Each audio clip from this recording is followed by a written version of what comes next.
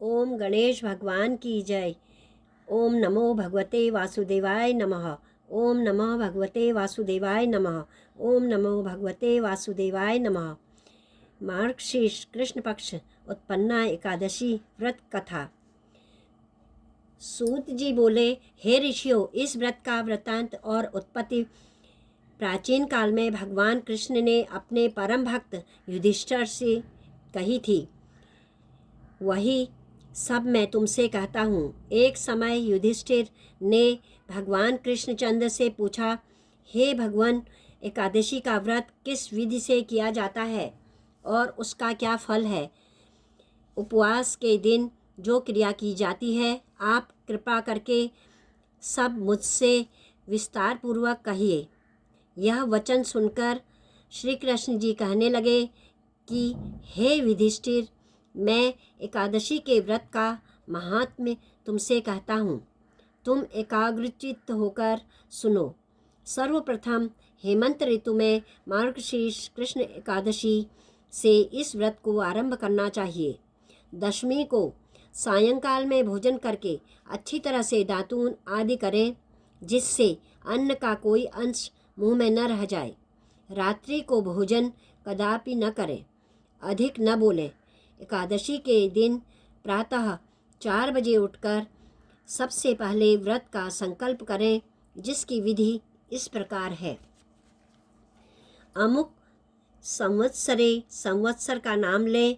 मार्गशीर्ष मासे कृष्ण पक्षे पुण्ये पर्वणि एकादशी तिथौ अमुक वासरे वार का नाम लें।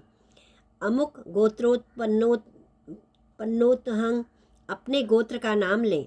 अमुक नामनोहं, अपने नाम का उच्चारण करके ब्राह्मण हो तो शर्माहं, क्षत्रिय हो तो वर्माहं, वैश्य हो तो गुप्तहं और शूद्र हो तो दासोहं कहें। सकल जन्म जन्मांतरार्जितानि यानि पापानि तेषां शमनार्थ एकादशी व्रतमहं करिष्ये। इसके पश्चात शौच आदि से निवृत्त होकर नदी, तालाब, बावड़ी या कुएं पर जाकर मिट्टी आदि लगाकर इस मंत्र को पढ़ता हुआ व्रत को शुरू करें। अश्व क्रांते, रथ क्रांते, विश्व क्रांते, वसुंधरे, उद्धृतापि वरोहेण कृष्णेन शत बाहुना मृतिक के हर में पापं यन्मया पूर्व संचितम त्वया हतेन पापेन गच्छामि परमां गतिम। शुद्ध जल से स्नान करें। व्रत करने वाला चोर, पाखंडी, पर स्त्रीगामी, निंदक, मिथ्याभाषी तथा किसी प्रकार के पापी मनुष्य से बात न करे। स्नान के पश्चात धूप, दीप, नैवेद्य आदि 16 चीज़ों से भगवान का पूजन करें और रात को दीपदान करें। ये सब कर्म भक्ति और श्रद्धा युक्त होकर करें। रात्रि को सोना व प्रसंग नहीं करना चाहिए।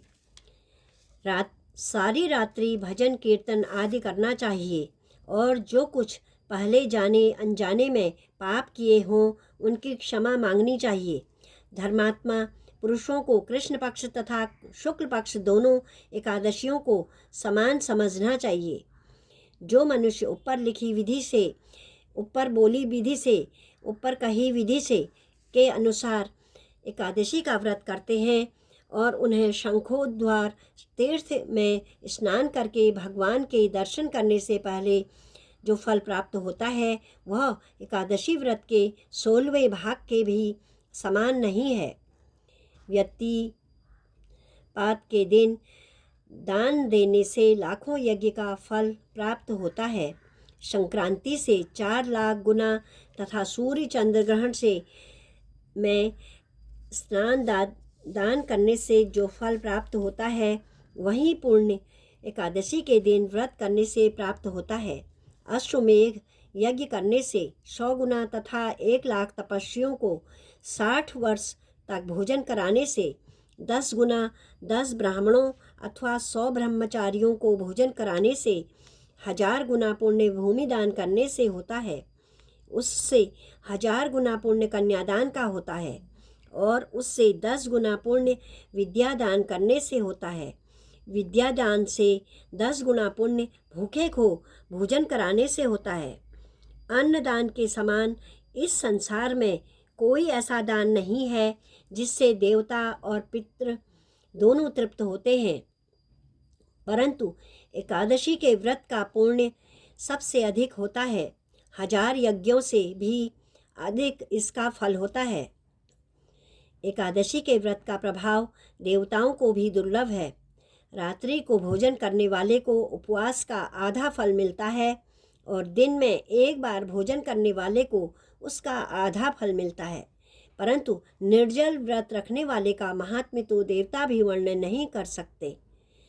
युधिष्ठिर बोले, हे भगवान, आपने हजारों यज्ञ और लाख गौदान को भी एकादशी के व्रत के बराबर नहीं बताया, सो यह तिथि सब तिथियों से उत्तम कैसे हुई, यह आप विस्तार पूर्वक मुझसे कहिए। युधिष्ठिर के वचन सुनकर भगवान कृष्ण बोले, हे युधिष्ठिर, सतयुग में मुर नाम का एक दैत्य था। वह अत्यंत बलवान और भयानक था। उस प्रचंड दैत्य ने इंद्र, आदित्य, वसु, वायु, अग्नि आदि सब देवताओं को पराजित करके भगा दिया। तब इंद्र सहित सब देवताओं ने भयभीत होकर शिवजी से अपने दुख का सब कारण तथा दैत्य का वृत्तांत कहा और बोले, हे कैलाशपति, मुर दैत्य से भयभीत होकर सब देवता मर्त्यलोक में फिर रहे हैं। तब शिवजी बोले, हे देवताओं, तीनों लोकों के स्वामी, भक्तों के दुखों का नाश करने वाले भगवान विष्णु की शरण में जाओ, वही तुम्हारे दुखों को दूर कर सकते हैं। और शिवजी के ऐसे वचन सुनकर इंद्रादि सब देवता क्षीर सागर में पहुँचे। वहाँ भगवान को शयन करते हुए देखकर इंद्र हाथ जोड़कर उनकी स्तुति करते हुए बोले, हे देवताओं द्वारा स्तुति करने योग्य प्रभो, आपको बारंबार नमस्कार है। देवताओं की रक्षा करने वाले हे मधुसूदन, आपको नमस्कार है। आप हमारी रक्षा करें। दैत्यों से भयभीत होकर हम सब देवता आपकी शरण में आए हैं। आप इस संसार के कर्ता, माता पिता, उत्पत्ति और पालन करता और संहार करने वाले हैं। सबको शांति प्रदान करने वाले हैं। आकाश और पाताल भी आप ही हैं। सबके पितामह ब्रह्मा, सूर्य, चंद्र, अग्नि, सामग्री, होम, आहुति, मंत्र, तंत्र, जप, यजमान, यज्ञ, कर्म, कर्ता, भोक्ता भी आप ही हैं। आप सर्वव्यापक हैं। आपके सिवा तीनों लोकों में चर तथा अचर कुछ भी नहीं है। हे भगवान, दैत्यों ने हमको जीतकर स्वर्ग से निकाल दिया है और सब देवता इधर उधर भागे भागे फिर रहे हैं। आप उन दैत्यों से हमारी रक्षा करें। इंद्र के ऐसे वचन सुनकर भगवान विष्णु बोले, हे इंद्र, ऐसा मायावी दैत्य कौन है जिसने सब देवताओं को जीत लिया है? उसका नाम क्या है? उसमें कितना बल है और किसके आश्रय है तथा उसका स्थान कहाँ है? यह सब मुझसे विस्तार पूर्वक कहो।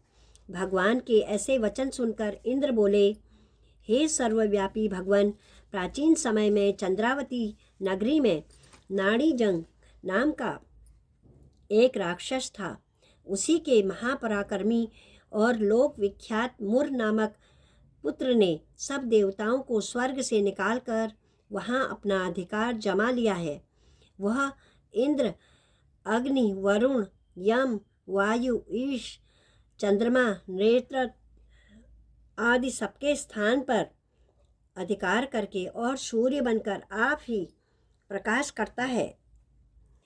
वह स्वयं मेघ बन बैठा है और सबसे अजेय है। हे असुर निकंदन, उस दुष्ट को मारकर देवताओं को निर्भय बनाइए। इंद्र के ऐसे वचन सुनकर भगवान विष्णु बोले, हे देवताओं, मैं शीघ्र ही तुम्हारे शत्रु का संहार करूँगा। तुम चंद्रावती नगरी को जाओ।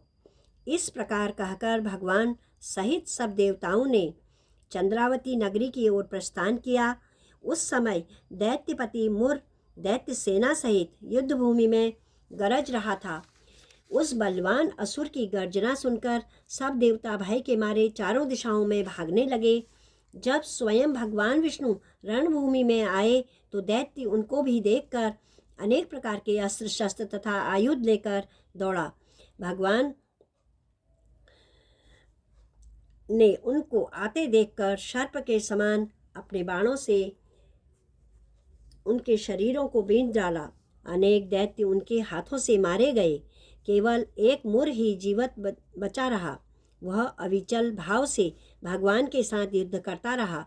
भगवान जो भी तीक्ष्ण बाण उसके शरीर में मारते वह उसके लिए पुष्प के समान हो जाते।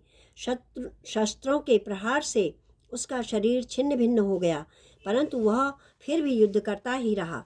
अब वे आपस में मल्ल युद्ध करने लगे और 10,000 वर्ष तक उनका मल्ल युद्ध होता रहा, परंतु वह दैत्य भगवान से पराजित न हुआ। तब भगवान विष्णु युद्ध से थक कर बद्रिकाश्रम चले गए। वहाँ पर एक हेमवती नाम की सुंदर गुफा थी। उसमें विश्राम करने के लिए वे उसके अंदर प्रवेश कर गए। यह गुफा 12 योजन लंबी थी और उसमें एक ही द्वार था। भगवान वहाँ जाकर सो गए। वह दैत्य उनको सोया हुआ देखकर मारने के लिए उद्यत हुआ। वह अभी मारने का प्रयत्न कर ही रहा था कि उनके शरीर से एक अत्यंत प्रभावशाली सुंदर कन्या अस्त्र शस्त्र धारण किए हुए उत्पन्न हुई और दैत्य के सामने आकर युद्ध करने लगा। वह दैत्य उस बलवान कन्या को देखकर आश्चर्यान्वित होकर उसके साथ युद्ध करने लगे। उस कन्या के ऐसे भयानक पराक्रम को देखकर दैत्य विचारने लगा कि इस कन्या को किसने बनाया है जो ऐसा भयानक युद्ध कर रही है। वह ऐसा विचार कर ही रहा था कि उस महादेवी ने उस बलवान दैत्य के रथ को चूर चूर कर दिया तथा उसके अस्त्र शस्त्रों को काट कर टुकड़े टुकड़े कर दिए। तब वह दैत्य महान क्रोध करके मल्ल युद्ध करने लगा, परंतु देवी ने उसको धक्का मारकर मूर्छित कर दिया। तब वह दैत्य मूर्छा से जागा तो उस देवी ने उसका सिर काट डाला। इस प्रकार वह दैत्य तो पृथ्वी पर गिरकर मृत्यु को प्राप्त हुआ और बाकी दैत्य डर के मारे पाताल लोक को भाग गए। जब भगवान विष्णु की नींद टूटी तो उन्हें मुर दैत्य का कटा हुआ सिर व कन्या को दोनों हाथ जोड़कर खड़े देखा। तब भगवान उस कन्या से पूछने लगे कि हे देवी, जिस दैत्य ने इंद्रादिक सब देवता भयभीत होकर वह स्वर्ग से भाग गए थे, उसको किसने मारा है? वह कन्या कहने लगी, हे भगवान, जब आप निद्रा में थे तो वह दैत्य आपको मारने के लिए उद्यत हुआ। उस समय आपकी योग माया द्वारा आपके शरीर से उत्पन्न होकर मैंने उस दैत्य को मार गिराया। यह सुनकर भगवान कहने लगे कि हे देवी, तुमने देवताओं के भय को दूर करके बड़ा भारी कार्य किया है, अतः तुम अपनी इच्छा अनुसार वर मांगो। तब वह देवी बोली, हे भगवान, यदि आप मुझे वरदान देना ही चाहते हैं तो यह वरदान दीजिए कि जो कोई भी मेरा व्रत करे उसके सब पाप नष्ट हो जाएं और अंत में मोक्ष को प्राप्त हुए। जो इस व्रत का पुण्य है उसका आधा रात्रि को भोजन करने वाले को मिले और जो एक बार भोजन करे उसको भी आधा फल प्राप्त हो। जो मनुष्य भक्तिपूर्वक मेरे व्रत में एक बार भी भोजन न करे उसको धर्म, धन और मुक्ति प्राप्त हो। भगवान ने कहा, हे कल्याणी, ऐसा ही होगा। मेरे और तुम्हारे भक्त एक ही होंगे और वे अंत में मोक्ष को प्राप्त करके मेरे लोक को जाएंगे, क्योंकि तुम एकादशी को उत्पन्न हुई हो, अतः तुम्हारा नाम एकादशी ही होगा। तुम मुझे सब तिथियों से प्रिय हो, इस कारण तुम्हारे व्रत का फल सब तीर्थों से भी अधिक फल देने वाला होगा। ऐसा कहकर भगवान अंतर्ध्यान हो गए और प्रभु के उत्तम वचनों को सुनकर एकादशी अत्यंत प्रसन्न हुई। भगवान श्री कृष्ण कहते हैं कि हे युधिष्ठिर, सब तीर्थों के फल से एकादशी व्रत का फल सर्वश्रेष्ठ है। एकादशी व्रत करने वाले को मैं मोक्ष पद देता हूँ, उससे उसके शत्रुओं का नाश एवं समस्त विघ्नों को नष्ट करता हूँ। यह मैंने तुमको एकादशी की उत्पत्ति का सब वृत्तांत बतलाया है। एकादशी पापों को नष्ट करने वाली तथा सिद्धि को देने वाली है। उत्तम पुरुषों को के दोनों पक्षों की एकादशियों को समान ही मानना चाहिए, कोई भेदभाव नहीं समझना चाहिए। जो मनुष्य एक एकादशी के महात्म्य को पढ़ता और सुनता है, उसको अश्वमेध यज्ञ का फल प्राप्त होता है और वह करोड़ों वर्ष तक विष्णु लोक में वास करता है, वहाँ भी उसका पूजन होता है। जो मनुष्य एकादशी के महात्म्य को पढ़ता है, उसके भी अनेक पाप नष्ट हो जाते हैं। विष्णु धर्म के बराबर दूसरा कोई धर्म नहीं है और एकादशी के व्रत के समान और कोई दूसरा व्रत नहीं है। इस प्रकार एकादशी महात्म्य समाप्त हुआ। इसमें गुड़ और बादाम का सागार लिया जा सकता है। कुट्टू के आटे की सामग्री, दूध, मेवा और फल भी ले सकते हैं। श्रीमन नारायणे नारायणे नारायणे भजमन नारायणे नारायणे नारायणे लक्ष्मी नारायणे नारायणे नारायणे भजमन नारायणे नारायणे नारायण। बोलो सत्यनारायण भगवान की जय। नमो भगवते वासुदेवाय नमो। ओम नमो भगवते वासुदेवाय नमो। ओम नमो भगवते वासुदेवाय नमः।